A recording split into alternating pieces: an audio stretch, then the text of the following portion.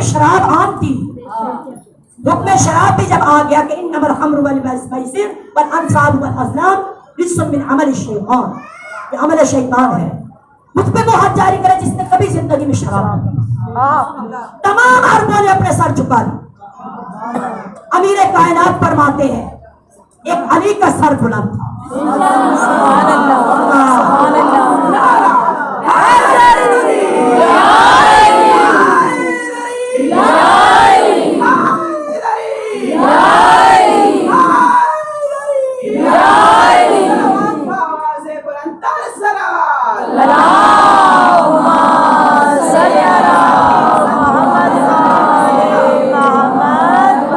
عربوں نے سر جھکا لیے، ایک سر علی بلند تھا۔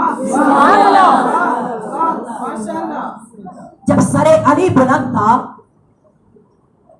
علی کا سر بلند دیکھ کے کہنے لگے کہ صرف علی ہے جس نے شراب نہیں پی۔ امام نے فرمایا کہ جب کہا گیا کہ ہاتھ جاری کی جائے، اب وہ اٹھے جس نے شراب نہیں پی۔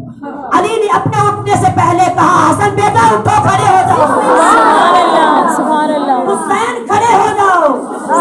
حسن اور حسین دونوں کھڑے ہوئے، جب دونوں کھڑے ہوئے مولا کائنات کے ہاتھ میں آیا تاز، سبحان اللہ جب آگے گئے ہاتھ جاری کرنے لگے، 16 تازیان علی بن ابی طالب نے مارے۔ بیٹا خلیفہ کا بے ہوش ہوا، بے ہوش ہونے کے بعد اسے ہوش میں لایا گیا، ابھی اور ہاتھ جاری ہوئی۔ جب اسے ہوش میں لایا گیا، ہوش میں لانے کے بعد اس نے ایک قصیدہ پڑھا، سبحان اللہ ایک قصیدہ علی کا پڑھا، توجہ کیجیے گا۔ کہنے لگا کھڑا ہوگا، کھڑا ہو کے کہتا میری بڑی تذلیل ہو گئی عربوں میں، میری بڑی توہین ہو گئی عربوں میں کہ میں خلیفہ کا بیٹا تھا، مجھ پہ حد جاری ہو گئی، لیکن خدا کا شکر ادا کرتا ہوں، کہتا ہے الحمدللہ الذی قد حد علی من لا حد علی، اللہ کا شکر ادا کرتا ہوں مجھ پہ اس نے حد جاری کی جس پہ کبھی حد جاری نہیں۔ سبحان اللہ، اللہ اکبر اللہ اکبر، یا رسول اللہ یا رسول اللہ، زندہ باد زندہ باد زندہ باد مرد آباد مرد آباد، یا علی یا علی، اللہم صلی علی محمد وآل محمد۔ کہنے لگا الحمدللہ الذی قد حد علی من لا حد علی، مجھ پہ اس نے حد جاری کی جس پہ کبھی حد جاری نہیں۔ یہ قصیدہ اس نے علی کا، علی پر کیوں حد جاری نہ ہوئی تمام زندگی؟ اس لیے کہ لا تقدموا بین یدی اللہ ورسولہ، علی ان میں سے نہ تھے جو اللہ اور رسول سے آگے بڑھ جاتے۔ بے شک بے شک، یا علی اللہم صلی علی محمد وآل محمد وعجل فرجهم۔ یعنی لا تقدموا بین یدی اللہ ورسولہ۔ سبحان اللہ، کاش اگر علی نے تقدم خدا اور رسول نہیں کیا، کاش علی کا شیعہ اپنے مولا کو دیکھ کر کہے جیسے میرا مولا سر بلند ہے ہر جگہ پر، اگر کہیں پر بھی کسی برائی کا نام لیا جائے تو میرا سر بلند ہے۔ انشاءاللہ جی علی کے شیعہ کو ہونا چاہیے بے شک بے شک، کہ میں نے ان جاہل عربوں کی طرح سر نہیں جھکانا، میں نے علی جیسے عالم کی طرح اپنا سر بلند کرنا، سبحان اللہ، کہ میں نے اللہ اور اس کے رسول سے آگے بڑھنے کی کوشش نہیں۔ علی سے محبت کے انداز اور تقاضی سیکھ لیجیے۔ کیوں؟ علی جب اپنے زمانے کے امام تھے تو بہت کم پہچانا گیا۔ بے شک بے شک، زمانے کے امام کو پہچاننے کے لیے معرفت واقعا ضروری ہے، اور معرفت سے زیادہ معرفت تشیع، بے شک کہ میں شیعہ کس لیول کا ہوں۔ کوفہ والی تشیع کے حالات آپ کی خدمت میں عرض کر دیے کہ حسین کی شہادت کیوں ہوئی؟ کہ کوفہ والے، اگر یہ کوفہ والے خالص ہوتے، منافقت نہ کرتے، دھوکہ نہ کرتے اور خالص تشیع بن کر حسین کا ساتھ دیتے تو روز عاشور یزید کا سر نیزے پر بلند بے ہونا شک چاہیے۔ سمجھ رہے ہیں اس مفہوم کو؟ ہر زمانے کے امام کا تقاضا یہ ہے۔ اگر اپنے امام کو، رہبر کو، قائد کو تنہا چھوڑ دو گے تو پھر مقدر تمہارا ذلت بن جائے۔ کوفہ والوں کا مقدر ذلت بن گیا تھا، یہ علی کی بیٹی کے جملے ہیں خود کے، کہ خدا نے تمہیں ذلیل کیا اس لیے تم نے اپنے رہبر کو نہ پہچانا، بے شک تم نے اپنے زمانے کے امام کو پہچانا۔ نہیں پہچانا۔ اگر آج ہم بھی اپنے زمانے کے امام کو نہ پہچانے اور اسی طرح کی تشیع بن جائے، جھوٹے دعوے کرنے والے، جھوٹے نعرے لگانے والے، کیوں نعرہ میرا علی کے ساتھ ہو، نعرہ میرا حسین کے ساتھ ہو، نعرہ میرا مہدی کے ساتھ ہو، کردار میرا اس کا دشمن ہو، کیا زمانے کے امام کو پہچان نہ پہچان؟ پھر میرے میں اور دوسرے میں کیا فرق ہے؟ دعاؤں میں ہم یہی کہتے ہیں، ہم نہ کوفی ہیں نہ شامی، ہم مہدی کے حامی ہیں، ہم رہبر معظم کے حامی ہیں، بے شک سید علی خامنائی کے حامی ہیں۔ بے شک یہ نعرے اگر یہ نعرے خالص بن جائیں کہ اپنے قائد کو تنہا نہیں چھوڑنا، رہبر تنہا نہیں چھوڑنا، اگر رہبر تنہا چھوڑ دیا جائے تو قوم ذلیل ہو جائے۔ بے شک عزیز من، یہی دعوت ہے، اس دعوت کو لے کر کہ آؤ اپنے نظریے کلیئر کرو، کیونکہ حسین کی جنگ کہنے لگے کہ امام خمینی رحمت اللہ علیہ، ان کا جو دور تھا ایران کا، کہنے لگے کہ شاہ کے پاس ٹیکنالوجی بہت ہے، اب یہ مولوی جو ٹکرا رہا شاہ کے ساتھ، رضا شاہ کے ساتھ، رضا شاہ کے پاس پاور ہے، طاقت ہے، ٹیکنالوجی ہے اس کے پاس، اب یہ مولوی کیسے حکومت کر سکتا ہے اور ایران سے شاہ کو بھگا سکتا ہے؟ یہ داڑھی رکھنے والا بندہ جس کے پاس سرمایہ بھی نہیں، توجہ کیجیے گا، حسین کے پاس کتنا سرمایہ ہے، کتنا سرمایہ تھا کہ اللہ تیرے حکم میں حسین قیام کے لیے نکل رہا۔ آغا خامنائی اور آغا خمینی رحمت اللہ علیہ جب یہ قیام کا اور انقلاب ایران کا یہ مرحلہ آیا تھا، آپ عزیزان کو اس لیے کہہ رہے ہو، آپ کہیں گے کہ ہم بہت تھوڑے ہیں جو علم کے طالب ہیں، بے شک باقی آپ دیکھیے ہمارے امام بارگاہیں بھری پڑی ہیں، مگر وہاں پر گرم مجالس چاہیے، ابلتی ہوئی مجالس چاہیے، ایسا نہیں ہے۔ بہت کم طبقہ ہے نا جو کہتا ہے نہیں، جذبات کو ہٹا کے پہلے نظریہ کلیئر کر لو، بے شک اس کے بعد اپنا جذبہ دکھاؤ۔ کہنے لگے ٹیکنالوجی ہے شاہ کے پاس، کیا کرتے ہیں یہ مولوی نے پنگا لے لیا ہے شاہ کے ساتھ، رضا شاہ کے ساتھ، کہ ہار جائے گا۔ آغا خمینی نے کہا کہ میں ہارنے والا ہوں۔ بے شک کیوں؟ کہنے لگے کہ میری فوج ماں کی گودوں میں ہے۔ بے شک بے شک کیسے؟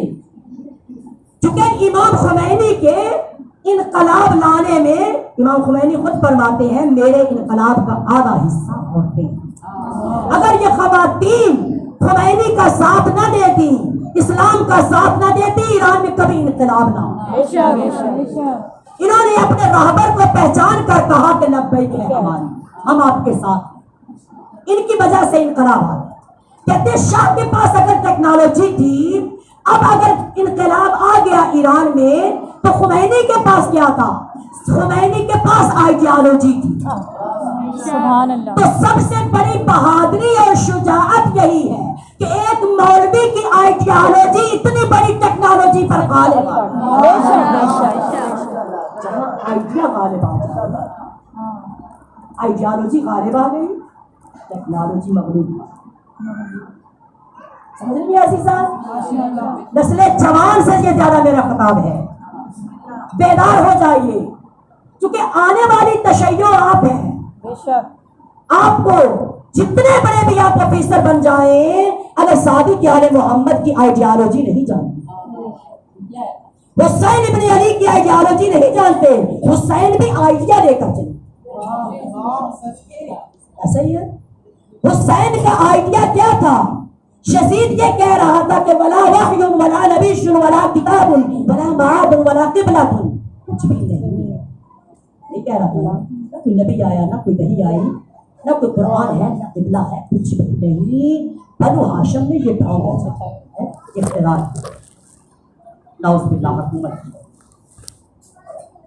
آئیڈیا بہترین رکھنے والی ہستی حسین، زمانے کے عالم کہنے لگے نہ یزید تو یہ نہیں کر سکتا، وحی ہے، قرآن ہے، کتاب ہے، قبلہ ہے، معاد ہے یعنی قیامت ہے، تو اپنی مرضی سے دین کو بدل نہیں سکتا۔ کیوں؟ اس لیے کہ تیرے جیسے جاہل ان کے لیے عالموں کے آئیڈیاز موجود ہیں، بے شک ہم اس نظریے کو بدلنے نہیں دیں گے، یہ نظریہ نہیں بدل سکتا، تا یوم قیامت ہم اس نظریے کے حامل ہیں، حامل۔ اس نظریے کے حامل ہونے کے لیے کیا کرنا ہوگا؟ ہم تو آتے ہیں نا عزائے سید الشہداء میں آ کر روکتے ہیں، اجر دیتے ہیں، ثواب دیتے ہیں، یہ درد ہے ہمارے پاس کہ حسین پر ظلم۔ حسین ابن علی کربلا پہنچے، کربلا میں شہادتوں کے بعد کا جو سلسلہ، ان ظلموں پر ہم ہوتے ہیں، اس درد پر ہم ہوتے ہیں۔ یہ دیکھیے کہ یہ کربلا حسین کے پاس کون سا درد تھا جو یہ کربلا کے لیے، ہمارے پاس تو درد یہ ہے نا کہ ظلم کر کے شہید کیا گیا، بے حرمتی کی گئی، ظلم کی انتہا کر دی کربلا، یہی رونے کا موضوع ہے نا ہمارا۔ یہ دیکھیے یہ درد ہم لے کر آتے ہیں۔ حسین کا کون سا درد تھا کہ حسین کربلا پہنچ گئے؟ حسین پہلے رو رہے ہیں نا، ہم بعد میں رو رہے ہیں۔ پہلے کیوں رو رہے ہیں؟ درد کیا ہے کہ میرے دین میں تبدیلی آ رہی ہے، پتا چلا یہ بہت بڑا درد کہ دین کو بدلنے والے اگر موجود ہوں، بیٹھے ہوں، ان دینداروں کو دیکھتے رہے بیٹھ کر اور ہنستے رہے، جیسے ممبروں پر آج ہم دیکھ کر کے ہم کیا کر سکتے ہیں؟ آپ بہت کچھ کر سکتے ہیں، بے شک ہماری مانی نہیں جاتی، ہم کیا کر سکتے ہیں؟ کچھ آپ ہی کیجئے بھائی، آپ ہی کیجئے۔ بے شک ہر کسی پر واجب ہے، اگر ممبر رسول پر احکامات شریعت مصطفیٰ کو بدلا جا رہا ہے تو خاموش بیٹھنے والا اس کا حامی ہے۔ بے شک اللہ اکبر، اللہ اکبر، یا رسول اللہ، یا رسول اللہ، زندہ باد، زندہ باد، لبیک یا حسین، لبیک یا حسین، لبیک یا حسین،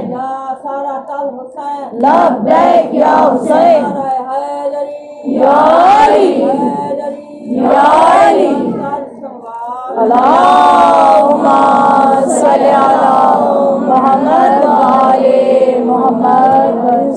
جہاں آپ دیکھ رہی ہیں شریعت بدلی جا رہی ہے، شرک بولا جا رہا ہے، جو سہریت فروغ پکڑ رہی ہے، آپ پھر بھی جا کر اس مجلس میں بیٹھے، اس کا مطلب توحید پرست نہیں ہے، یعنی اللہ کے شریک کو قبول کر رہے ہیں۔ اگر کوئی علی کو اللہ کہہ رہا ہے، الوہیت کی منزل پر لے گیا، گویا اللہ کا شریک کر رہا ہے، ایسا ہی ہے۔ کیا علی راضی ہو جائیں گے؟ نہیں ہوں گے۔ پھر کیا اسی کے مجلس میں جا کر بیٹھیں گے، نعرے لگائیں گے، خوش ہو جائیں گے؟ کیا بات ہے، کیا مسائل پڑا، کیا فضائل پڑا؟ پھر وہ حسینی نہیں ہو سکتا، بے شک کیونکہ حسین کی مشرک سے جنگ ہے، بے شک حسین کی غالی سے جنگ رہی، بے شک حسین کی مسحری سے جنگ۔ بے شک اگر حسینی وہی جو کلمات حسین کو دہراتے ہیں، وہی جو تعلیمات حسین کو حاصل کرتے ہیں، پھر وہی وہاں پر بیٹھ کر جا کر یا تو داد دے رہے ہوتے ہیں۔ عزیز من، داد کا معیار رکھیے۔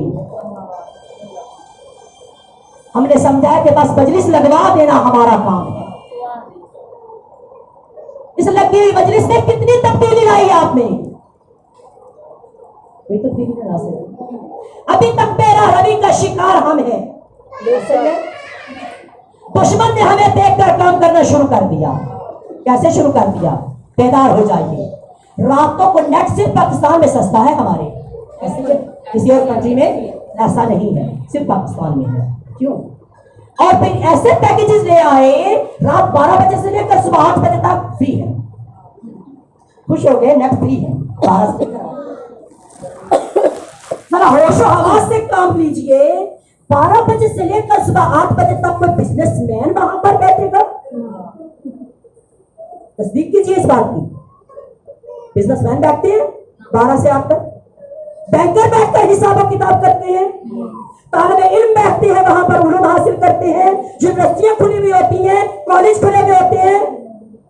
کیا ہوتا ہے؟ نسل جوان کو تباہ کرنے کے لیے، کیونکہ صرف چیٹنگ ہو رہی ہوتی ہے نہ محرموں کی آپس۔ ایسا ہی ہے، کتنا پہچانا دشمن کو؟ فرمایا سب سے جاہل قوم وہ ہے جو اپنا دشمن نہ پہچانے۔ بے شک جو اپنے دشمن کو نہ پہچانے وہ سب سے بڑا جاہل ہے۔ دشمن کو پہچاننے والے کو ہوشیار کہا جاتا ہے، بیدار کہا جاتا ہے۔ بے شک یا امام المنتظر اللہ جل اللہ جل یا امام المنتظر اللہ جل اللہ جل یا امام المنتظر اللہ جل اللہ جل یا امام المنتظر اللہ جل اللہ جل نعرہ حیدری یا علی حیدری یا علی اللہم صلی علی محمد وآل محمد۔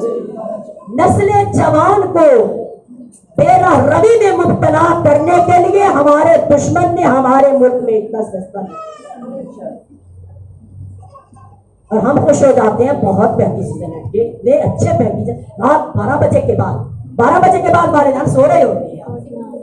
ایسا ہی ہے، ہر کام کرنے والا نوکری پیشہ انسان آرام کر رہا ہوتا ہے، نیٹ پھر بھی بزی ہے آپ کا۔ ایسا ہی ہے، کیوں بزی ہے نیٹ آپ کا؟ یہ جوڑیے اپنے آپ کو، کیوں دشمن کو جواب نہیں دیتے کہ تم میری آبرو ریزی کرنا چاہتا ہے؟ اللہ نے مجھے راہبر حسین جیسا، بے شک کہ جس نے کہا نہ محرم ہے، بے شک چاہے وہ تیرا کزن ہے، بھائی صرف اللہ نے تجھے وہ دیا ہے جو تیری ماں نے بنا۔ بے شک اگر اس کے علاوہ بھائی ہوتے پھر تیرا نکاح نہ ہو سکتا پھپھی زاد، خالہ زاد، چچا زاد، مامو زاد سے۔ ایسا ہی ہے، پھر یہ انداز اپنانا کہ اس سے بھی حجاب کریں، یہ میرے چچا کا بیٹا ہے، یہ میرے ماموں کا بیٹا ہے، یہ میری خالہ کا بیٹا ہے، یہ میری پھپھی کا بیٹا ہے، اس سے حجاب کہاں سے واجب ہے؟ اگر حجاب واجب نہیں پھر تمہارا نکاح بھی نہیں ہو سکتا، کیونکہ حجاب تیرے باپ سے تجھ پر واجب نہیں، تیرے بھائی سے تجھ پر واجب نہیں، تیرے ماموں تیرے چاچو اس سے واجب نہیں، تیرے سسر سے حجاب واجب نہیں۔ ان کے سامنے پاک دامن بن کے بیٹھ جائیں، جن سے منع کیا گیا، کہا گیا کہ ان کے ساتھ گفتگو کیسی کرنی، کس انداز سے کرنی۔ عزیزان من، ہم نے خود ہی حسین کے دین کو بدلا۔ کس نے بدلا؟ آج تک ان ممبروں سے اگر یہ حسین کا نظریہ، حسین کی آئیڈیالوجی پیش کی جاتی، آج آپ کو ہر تشیع کی بیٹی ماں ہر خاتون کے ساتھ چلا دیتی۔ بے شک بے شک حلال اور حرام کی تمیز رہتی ہے، محرم اور نہ محرم کی تمیز رہتی ہے، لقمہ کھاتے ہوئے کئی بار سوچنا پڑتا ہے۔ پتا چلا مکتب حسین کو یوں قبول نہیں کیا، صرف نعروں کی گونج میں لبیک یا حسین، قربان جائے تم پہ حسین۔ بھائی حسین کے ایک بتائے ہوئے اصول پر تو قربانی دی نہیں جا رہی۔ آپ کو قربان ہونے کی ضرورت نہیں، حسین راضی ہو جائیں گے اپنی ایک خواہش حسین کے لیے قربان کریں۔ ایک عارضی ہے خواہش، حسین پر قربان کر دیجئے، حسین راضی ہو جائے۔ اس کا نام قربانی ہے، اس کا نام ایثار۔ عزیز من، یہی درد علی کی زوجہ محترمہ فاطمہ بنت محمد بی بی جب بیان فرما رہی تھی نا، جب خطبہ بی بی نے بیان فرمایا دربار میں جا کر، بی بی نے فرمایا تم نے میرے بابا کا دین بدل ڈالا، تم کوشش کر رہے ہو کہ ان اصولوں کو بدل دیا جائے، قرآنی اصولوں کو، مگر میں تمہیں بدلنے نہ دوں گا۔ جب زہرا یہ پیش کر رہی تنہا کیوں رہ گئی رسول کی بیٹی؟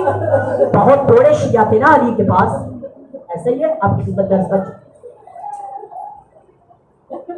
ہر زمانے کے امام کو شیعہ کی ضرورت ہے، وہی کبھی وفا کرتے ہیں کبھی نہیں، اس لیے کوشش کرو کہ اپنے نام شیعوں کی لسٹ میں لے آؤ، میں شیعہ امام بن جاؤں۔ علی کے شیعہ یعنی جتنے محب پہ بخیل بخیل کہنے والے الگ ہو گئے، تنہا ہو گئے، علی کو تنہا چھوڑا۔